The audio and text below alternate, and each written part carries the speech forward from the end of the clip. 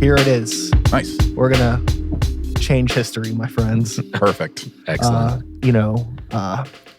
It is a new week. I hope everyone out there in radio, internet, podcast land is doing as best as they can in these frigid, troubling times. I'm making the best of it by taking time to spend time with people that I enjoy being around, people that I respect, people that make me feel like I have a purpose and a sense of life because of my community and blah, blah, blah. Yeah. And the two gentlemen sitting with me today are no exception to that rule. Oh, thank you. So thank you. please, everybody, give a warm round of applause for the one and only Sundras.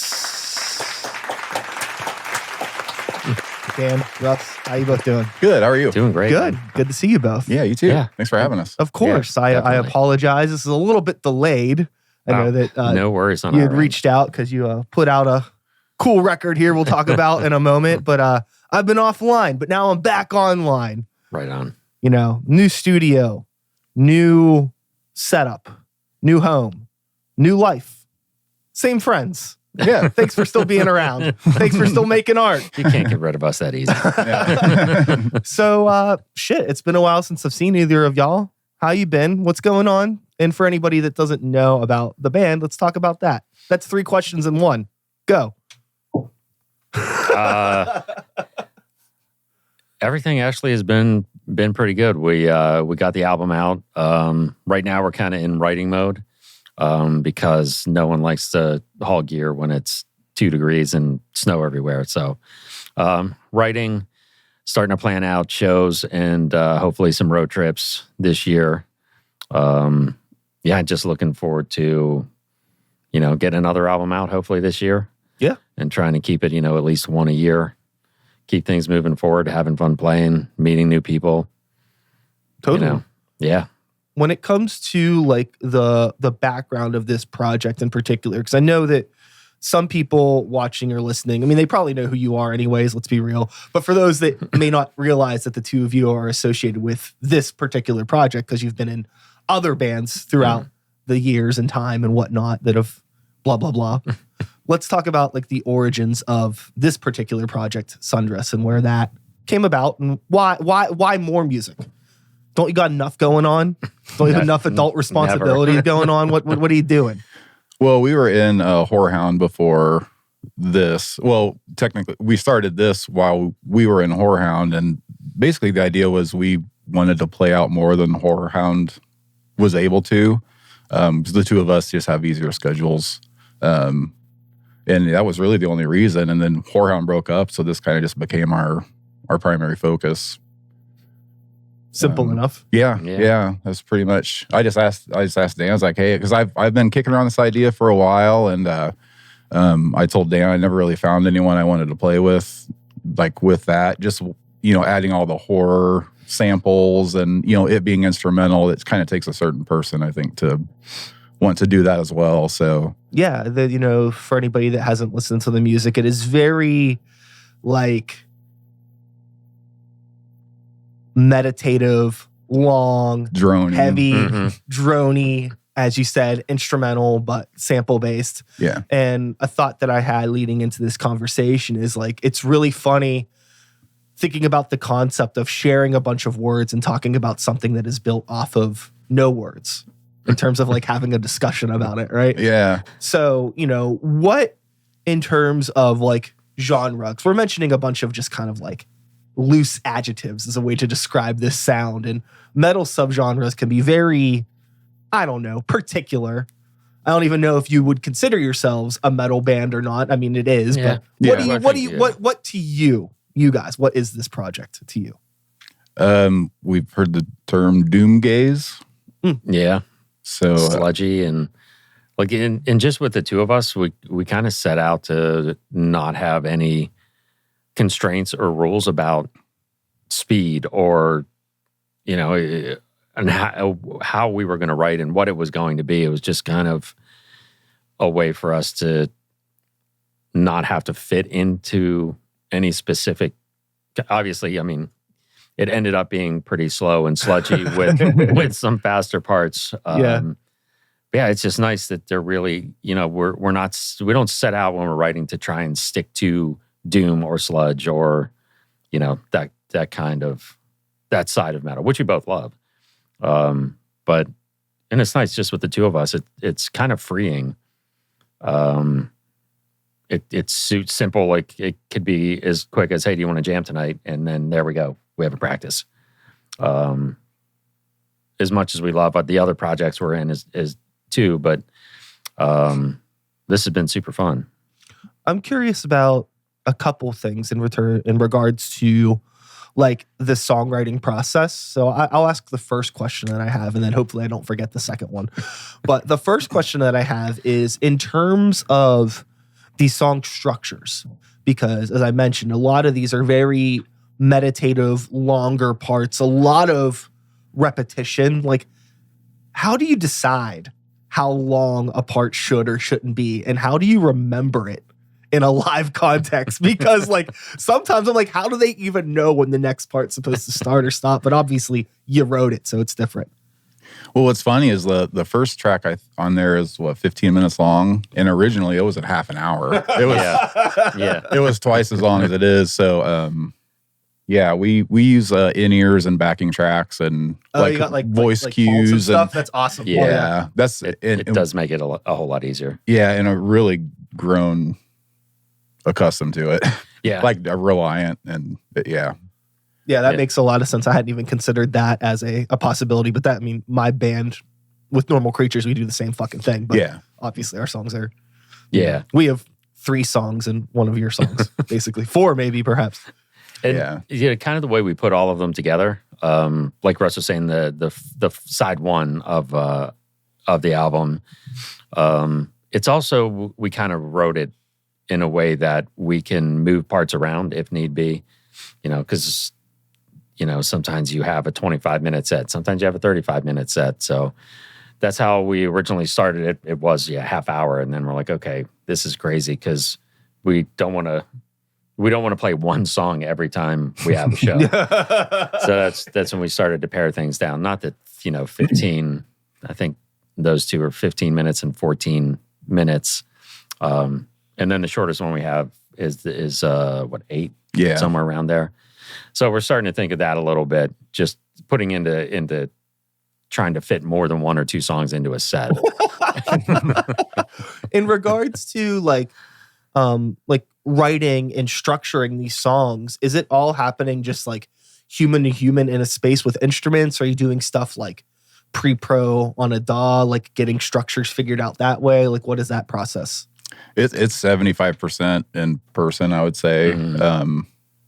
I might write a riff at home, or I might not, or Dan might have an idea, and it's like we'll just jam on that. That's pretty much how it goes the whole time. And then we'll, once we start getting different parts, then we'll try to figure out the transitions and where we're going to put things, and so we kind of get like the big chunks, and then fill in the gaps, I guess. All just from the human brain. Yeah. And that's where like he was saying, like he was saying, not having the constraints is nice for that too, because I might be in a shitty mood, but show up to practice and be able to write something that I might not have written last week if I was in a good mood. You know what I mean? So it's another question that I had was in regards to like, I guess like not only like the I guess it's more just like not just the sonic limitations of it only being 2 instruments, but also like the layering and creative elements. Do you find that like sometimes like, oh, I wish that there was another instrument we could put in here? Or is it just like, fuck it, we could just put it in the backtrack if we want to put some weird sound or something in there? Oh, definitely there are times where it would be cool to have someone doing other things, but it's so easy with the two of us. Yeah, like totally. We're easy to get, we get along really well, and it's just, we're both laid back, and it's just, we haven't even really considered adding someone else. No, never. So. And we've evolved, like Russ splitting the signal, having, just like the new pickup that he got that is pulling a bass tone out of his low E. Yeah. Which I don't know if it's an E string because I'm a drummer. and being able to do things like that. And then with the sample pad is trying to dive deeper into it. We're working in a few more electronic sounds through that. So we're trying to pick up more elements than just bass and guitar. Yeah. Or drums and guitar rather. Just to try and thicken some things up. But it's pretty much just the two of us. And I don't think that we would ever, you never know what's coming in the future, but I don't think we've ever even thought about it. Like we're having a blast, just the two of us, and we can fit all of our stuff into into one van and head to shows. So that's also nice. Yeah, absolutely. So, yeah. With continuing to write music, do you see yourselves like maybe now intentionally trying to write shorter songs, or is that something that you're still not really thinking about? Like whatever the song's going to be is whatever it's going to be whenever the time comes.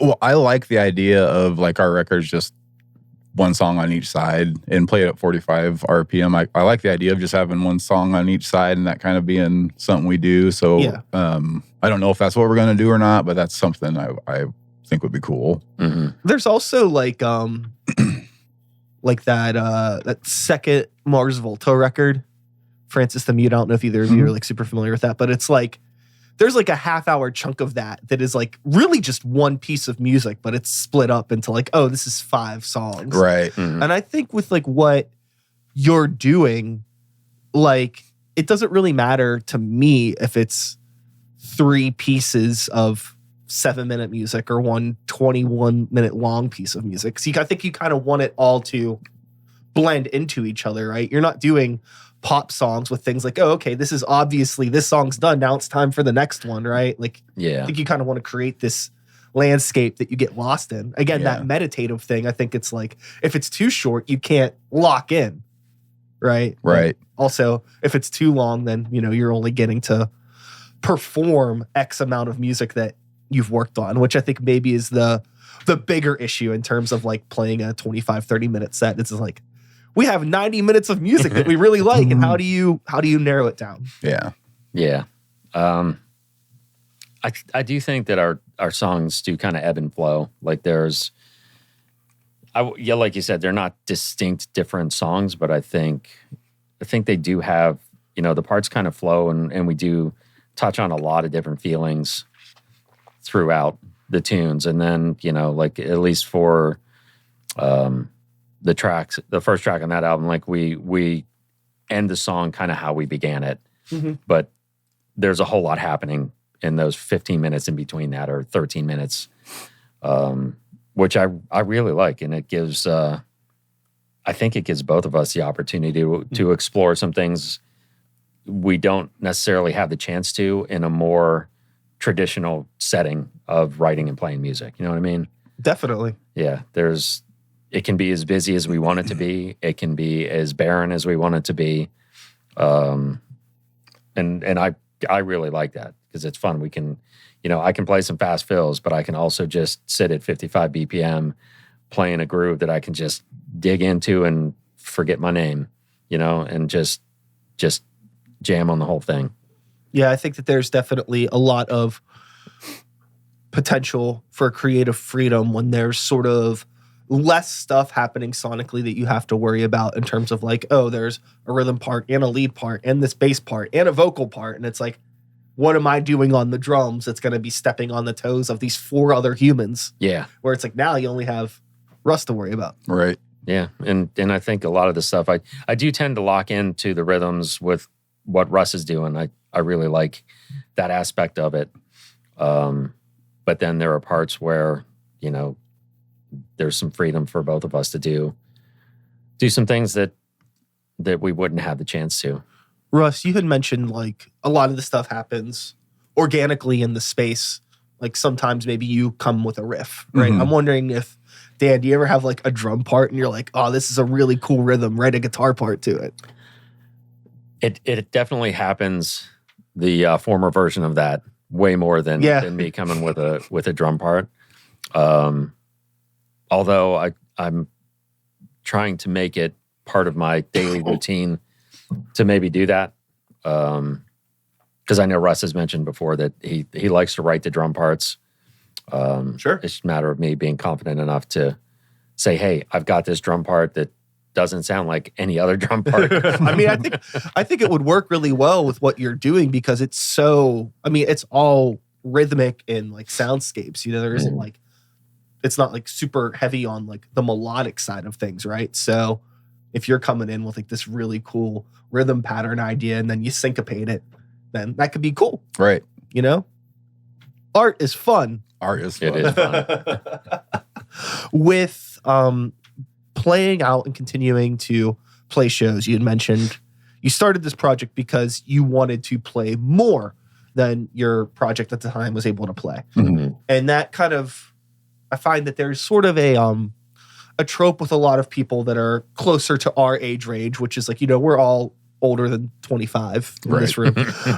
Just a little. I find that, you know, when we, you know, get into, you know, older and like a lot of our peers, it's not uncommon for a lot of people to be like, I'm kind of done with this shit. I don't really want to do it anymore. Yeah. But, you know, the two of you are telling me something obvious, like, oh, we want to do this so much more that we're starting another project.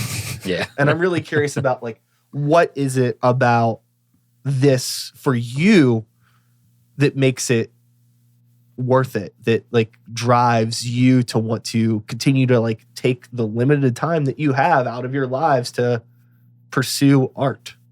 Why? Oh, alrighty. I love it. I'm going to Yeah. take a second to think about that one. It's one of the best things that I do and can do. Like I love to play. And I think Russ, you know, me jumping into Whorehound when I did, and Russ and I meeting and getting along so well. I love playing with Russ. Like I feel like we just mesh really well together. We both kind of grew up the same way. Like all the bands when I was younger that I was in when we wrote, it was from jamming. And that's, like we said earlier, that's kind of how we do everything. For the most part, everything that comes out, like even if Russ has a riff, the riff kind of grows when we both get together into 15 minutes worth of music. And as far as playing out, I don't know. It's just awesome. I do wish I could force myself to get lighter gear and less gear, but I love big drums and big cymbals, and I need heavy stands to hold them. So I feel like it's helping to keep me young and keep me in at least the shape that I'm in. Might not be good shape, but the shape I'm in. Sure. So yeah, I don't ever want to stop playing. I'm hoping to be that weird, 70-year-old dude at a metal show playing drums, and all the 25-year-olds are like, "What is that guy doing? Why is he here?" And we've been that band. Yeah, we have been that band. We've been like, we're old enough to be these people's dads. Yeah. Like it was fun though. It's still awesome. Yeah. I mean, no matter when you play, it's such a welcoming community for the most part. Like it's very rare that we ever run into anybody that's a jackass. So I think that also keeps us going, that we've been able to meet so many awesome people through playing music. Yeah. Why would we want to stop? That was my exact reason. I was going to say, that's my community. Just growing up, that was where I always felt comfortable, was around musicians, and being a transplant here. I've been here 10 years now, but you guys have been so welcoming, just the metal community. And I want to be a part of it as much as I can. Yeah. I think that too, like for anybody that like doesn't like know the two of you, like outside of music, it's like, not only are you like in this band, but I know like Dan, you work in music because you do all the School of Rock stuff. Mm-hmm. Mm-hmm. And like there's 9 times out of 10, if I go to a show, even if you're not playing it, Russ is there with a camera in his hand taking photos of all the bands. You know what I mean? Like, like this is something that even exists outside of just, oh, we're getting together to write music and play music. It's like, oh, we want to be a part of this, even if we're not really involved in it at all. It's a much bigger picture. And I can very much tell that it's like in your DNA much deeper than just like, oh, this selfish need or this ego to like be on a stage and share art. It is very community oriented, which is very obvious to me. as an outsider. Yeah. Even though I'm not really an outsider. We've known each other for years at this point. You know, in terms of playing shows in the Pittsburgh area, which is where we are currently sitting, when the majority of our listeners are probably in the Pittsburgh area as well, I'm curious about your take on the state of our venues in the Pittsburgh area and what it's been doing to the hard rock metal community. Maybe I'm a little tuned out, I will admit, because for like the past like 6 to 10 months of my life, I've been like, you know, getting this new house set up and working, and I've been a little bit distracted, but I try to like keep up with what's going on. It feels like there's not as much stuff going on right now, and it seems like kind of directly related to a lot of venues kind of either closing or slowing down, which is kind of a bummer. And I don't know if I'm correct in that. I'm hoping you'll tell me I'm wrong, but what are your observations in terms of that? It seems like more are closing than are opening, that's for sure. Yeah. Sadly. Yeah. Yeah. I keep trying to think of like the New Low, I think, just closed. Yeah. I don't know what, you know, where. Yeah, it's weird.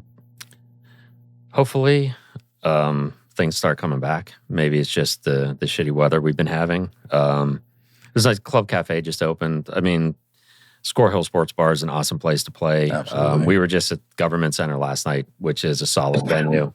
Yeah. Had you played there before? We just went to a show. Okay. Yeah. No, that's I've never played there. Yeah, me So, either. Hopefully soon.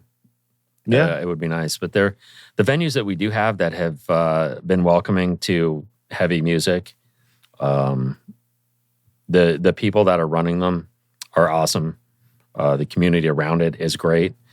It would be great to see some more open up. Yeah. Yeah. It just sucks because I know like how much effort goes into keeping that sort of a place afloat. Yeah.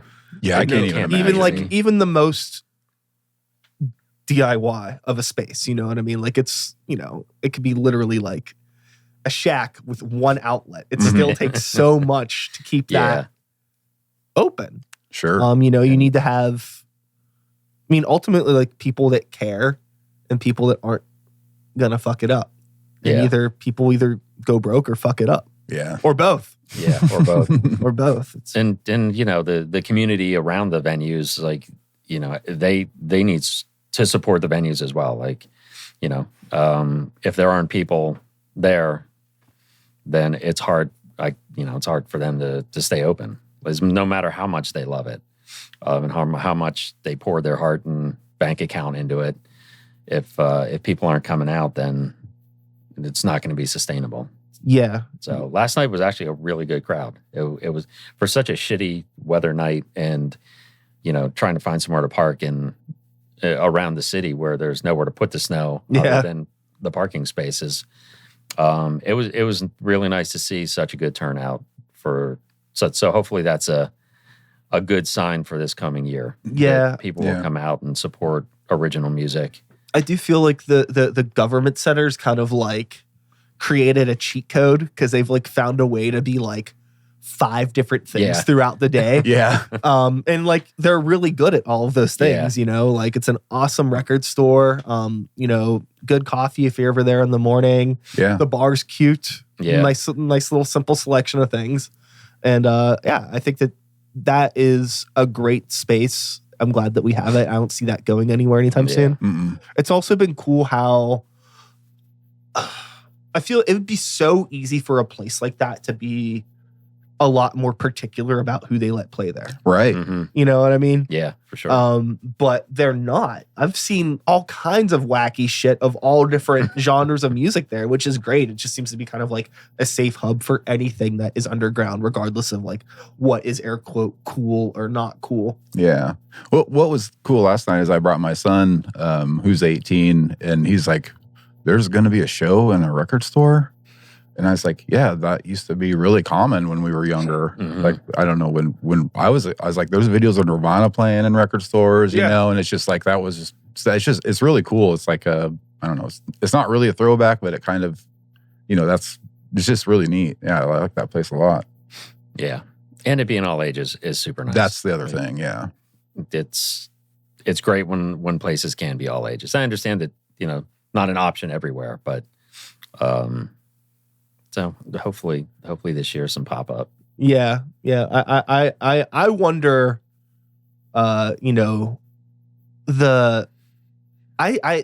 this is a whole entire different conversation, and I don't know if we need to get into it, but the red tape and complexities of Pennsylvania liquor laws. Yeah. I'm just like, what the? Like, it seems like it's always changing. It never makes sense to me. It's a moving Remember, like target. the era of like Mr. Smalls and Altar Bar, where they would like divide the room in half with like a Oh my barricade, goodness. and one was like Yeah. all ages, one was not. It was like miserable. That's Oh funny. my God, Laga. Oh Had yeah, the cage for a while in the middle. Yeah, there was all kinds of crazy things to get around it.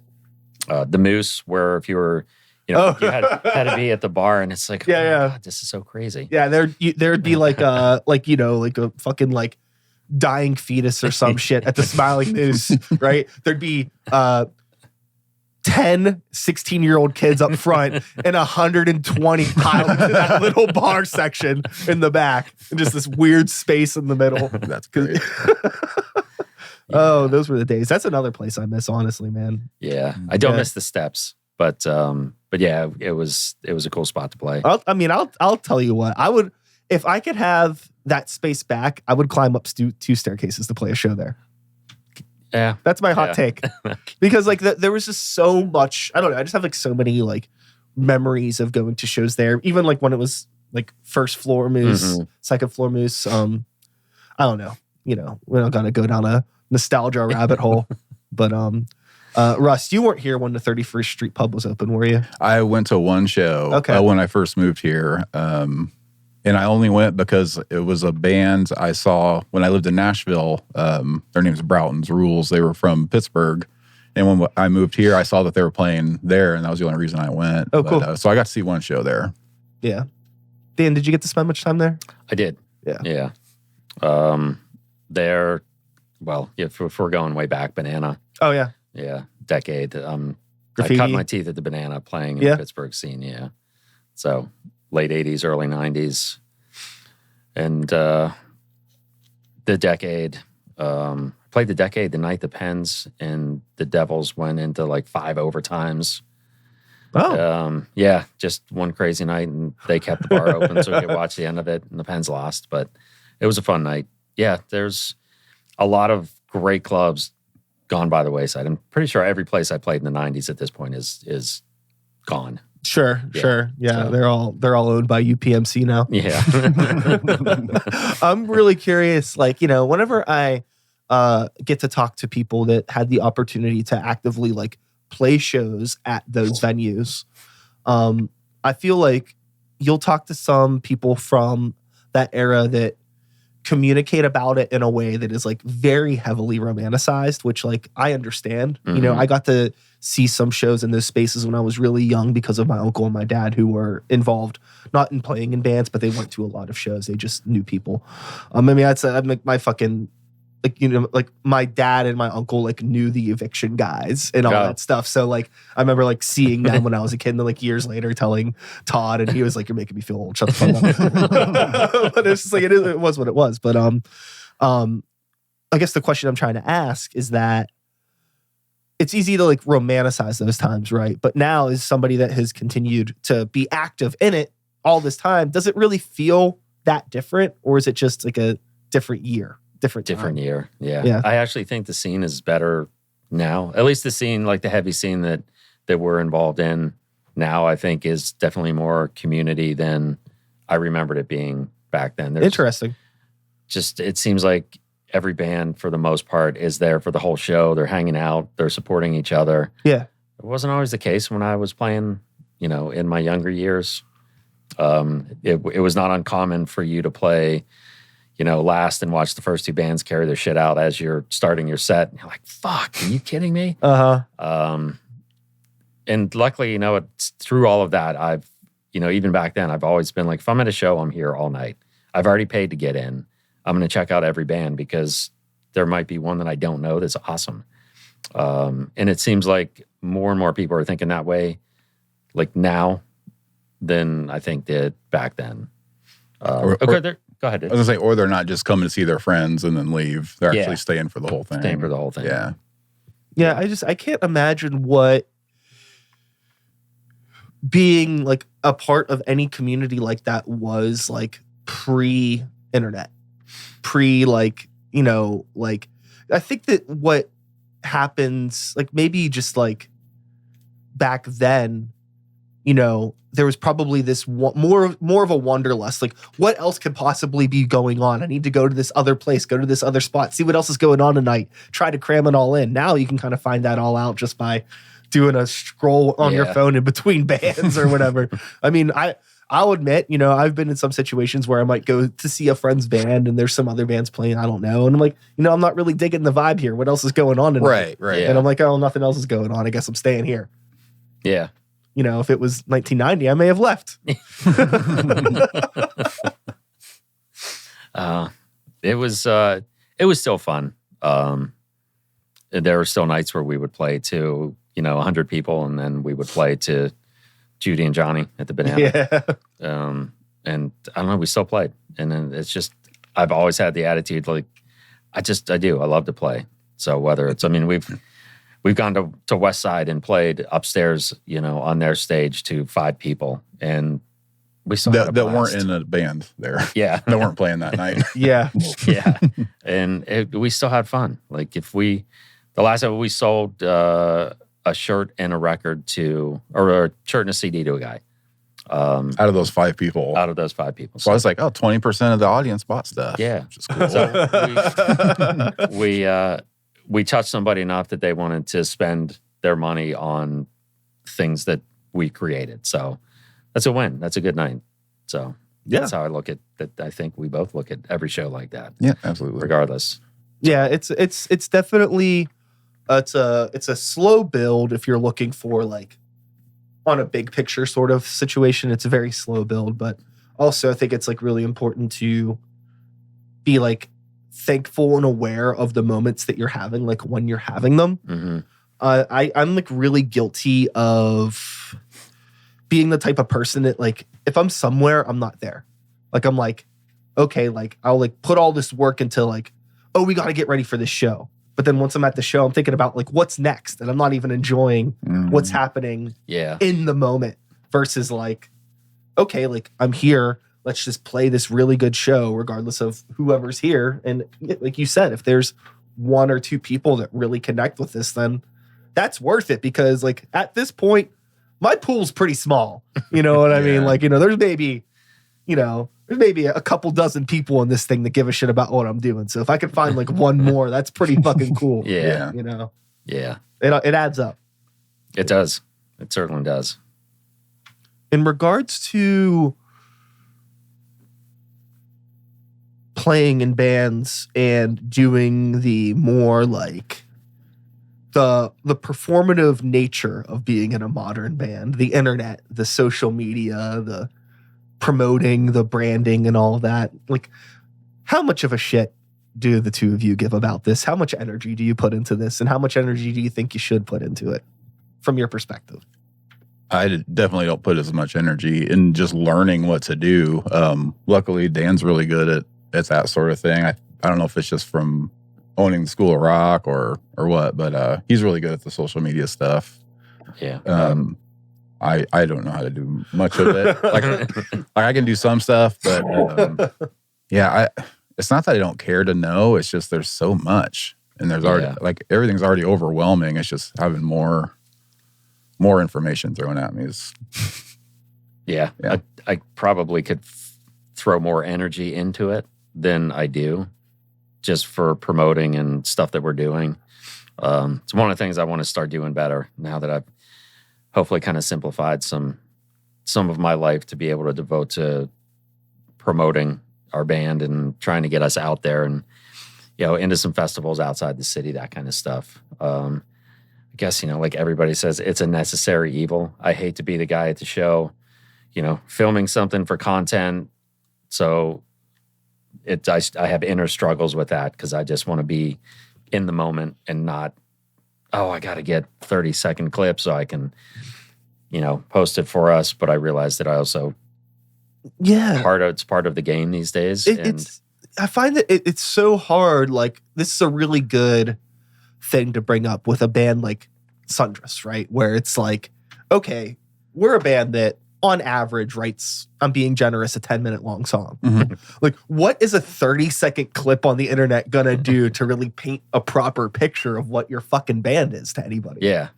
That is an issue. It's like, so that's like, there's for some people, like, if we just keep it to music, I think for the sake of simplicity, I think for some people these formats work really well because it's like their whole like music is about them being a personality and very upfront and short and snippy and catchy. And it's like, not in a negative way, but what you're doing is the opposite of that. You know what I mean? This is like very much like, it's like we're playing like auditory shadows in a way, right? Or it's like, it's all like darkness and gloom, and there's no vocalist, there's no words, there's no personality or like face of this band. So what do you do on a social media platform to promote that?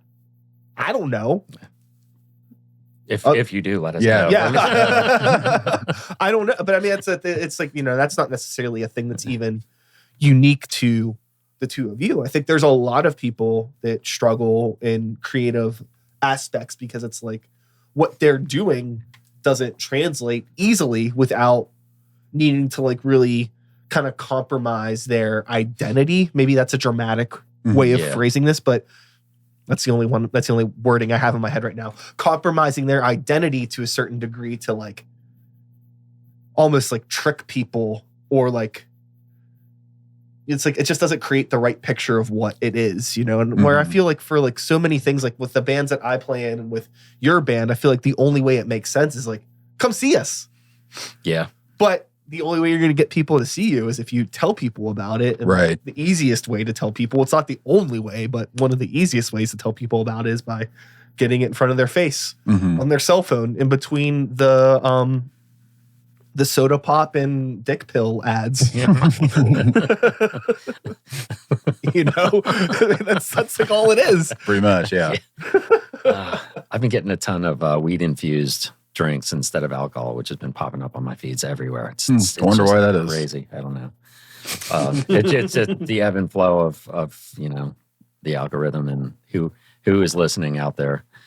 I'm curious what your take of what kids, like the modern day kid, what their understanding of rock music is compared to like what it may have been 10 years ago with the way just music is now.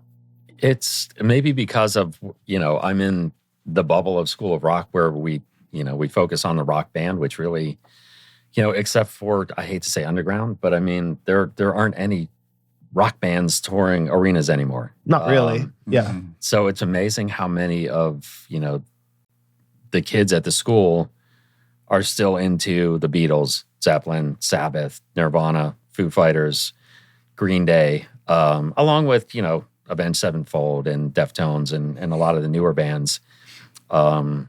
It's pretty awesome that, hopefully this generation brings back the rock band, whether it's hard rock, whether it's pop rock, whether it's metal, like in bringing it to the forefront where it was at one point. Going back to the conversation of venues in, not just our city, but what I imagine is probably all over the country, maybe even the world to some degree. I don't know. I can't speak on that scale, but we'll bring it back down to Pittsburgh because I can talk about that. I think an issue that we could be seeing over the past, 2 decades is for a long time, the live band didn't matter to the majority of people because of the way pop music had shifted to less of a live band format.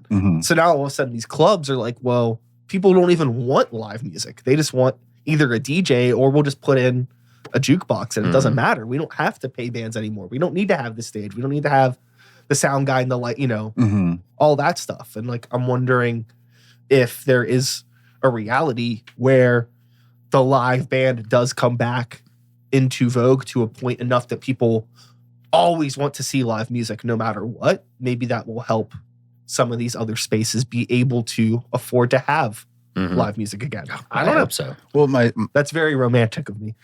my son just started at Pitt, and he went to like a music listening club, and they told him there's usually like 7 or 8 people show up. They had over 70 kids the first time. Whoa. That's awesome. And so they broke up into groups of 10 and everyone listened to music or whatever. But it was just like, that's so promising. And then my son, he likes anything pre-1995, pretty much. He likes any of the older rock, grunge, and I think Rush is his favorite band. So I think there is a need for just like loud guitars and, like just good music again. Sure. It's so therapeutic. Yeah. Like after I'm done playing, I'm like, oh my God, I like any stress that I had before we started playing. I'm like, I feel awesome right now. Regardless if there's 5 people or 50 or 150, it's just like, it's so therapeutic to be up there or even at practice, just playing. Yeah. Like just letting it all out.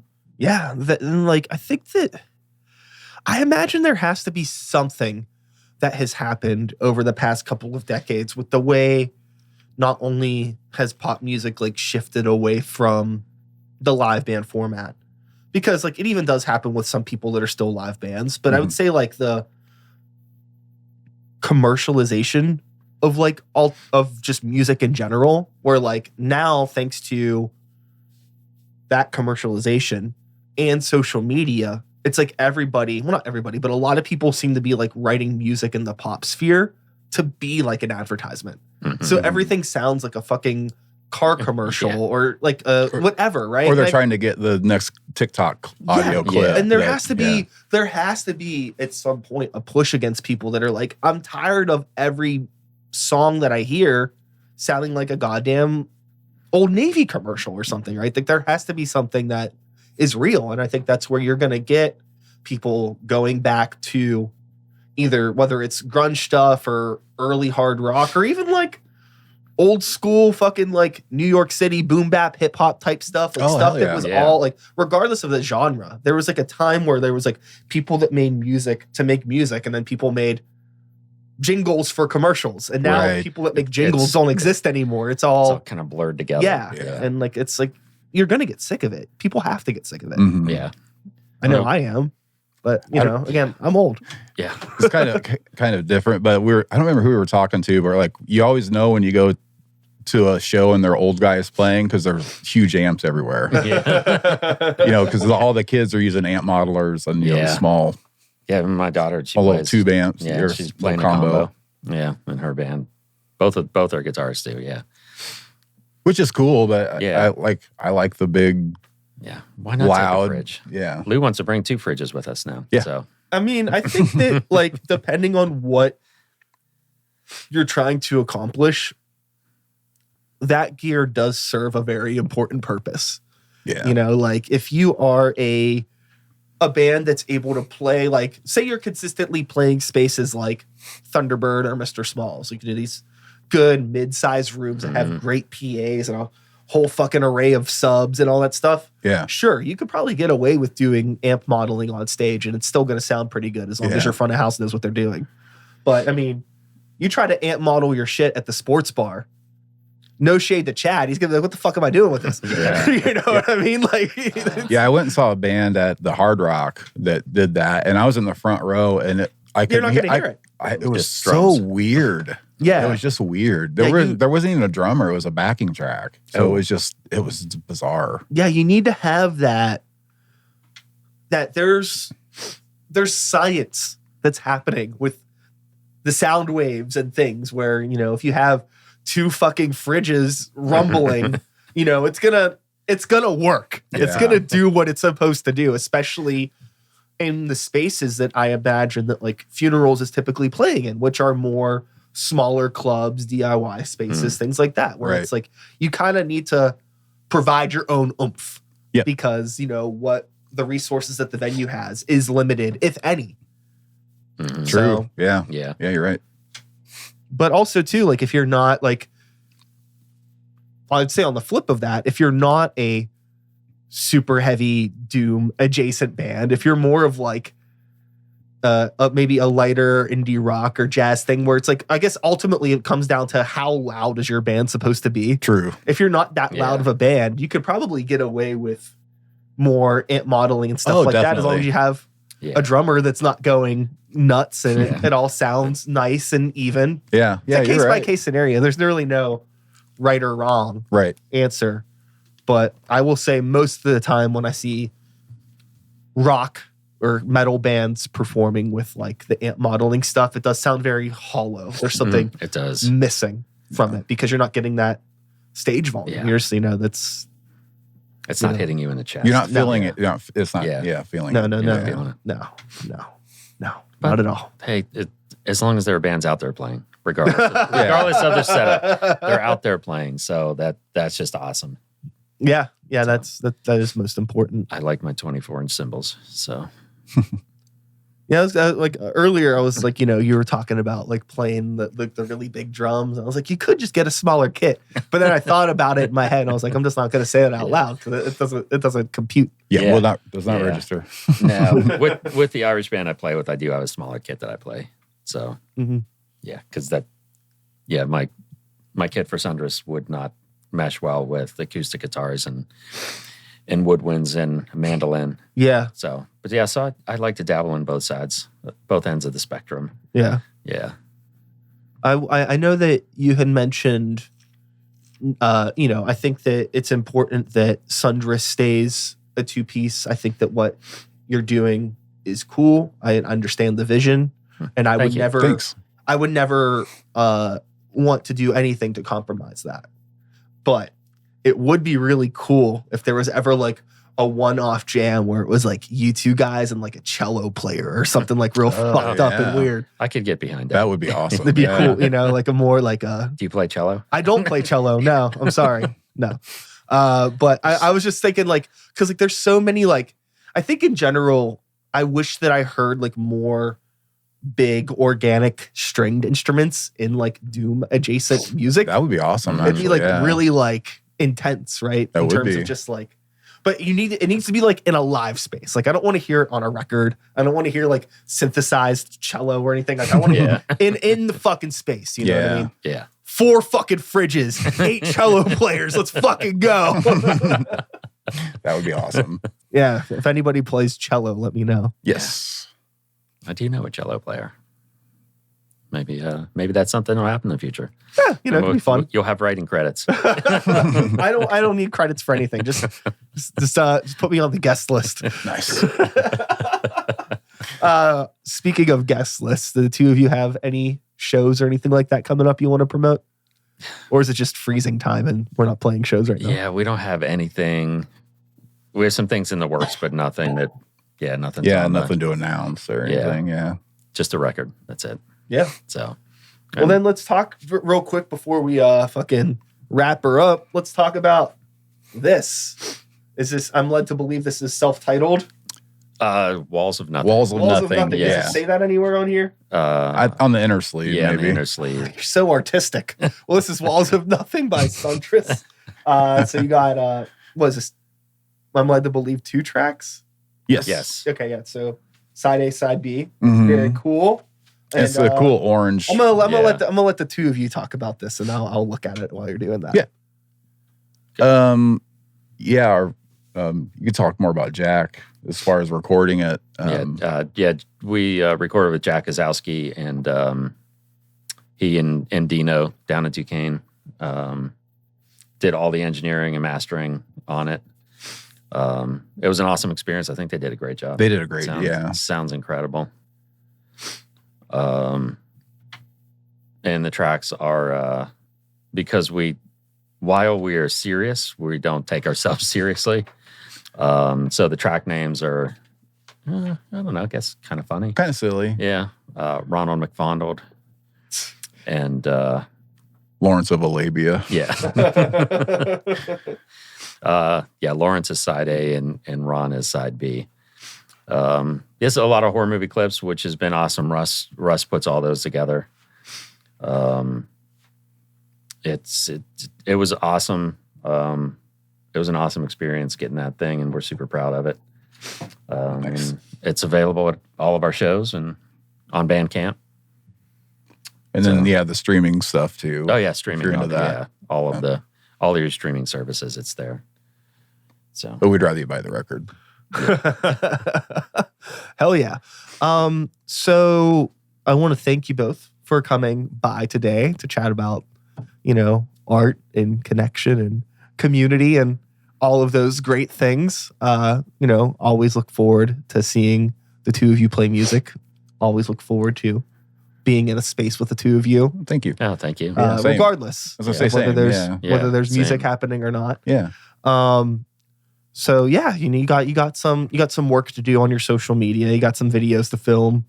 You got a cello player to find to connect with. You got. Well, we have our social media manager. I think. We wrap that up. Yeah, We know I that's think it's going to be a big year for the two of you. Awesome. Yeah, it's going to change everything. Yeah. Everything's going to change for sure. Awesome. But no, seriously, I'm really, really happy that you guys came on today. And with all of that being said, I'm going to do my little outro. Perfect. All right. And that is all, folks. One more time. Dan, Russ, thank you so much for being here. I'll be back again next week with another episode. Same time, same place, same channel. You know the drill. My name is Brian Sykes House. Start the Beat is the podcast. 2026 is the year. And until next time, take care of yourselves. Take care of the people around you. Peace out. We did it. That was a podcast. Awesome. Thank you. Hell yeah. Thank you.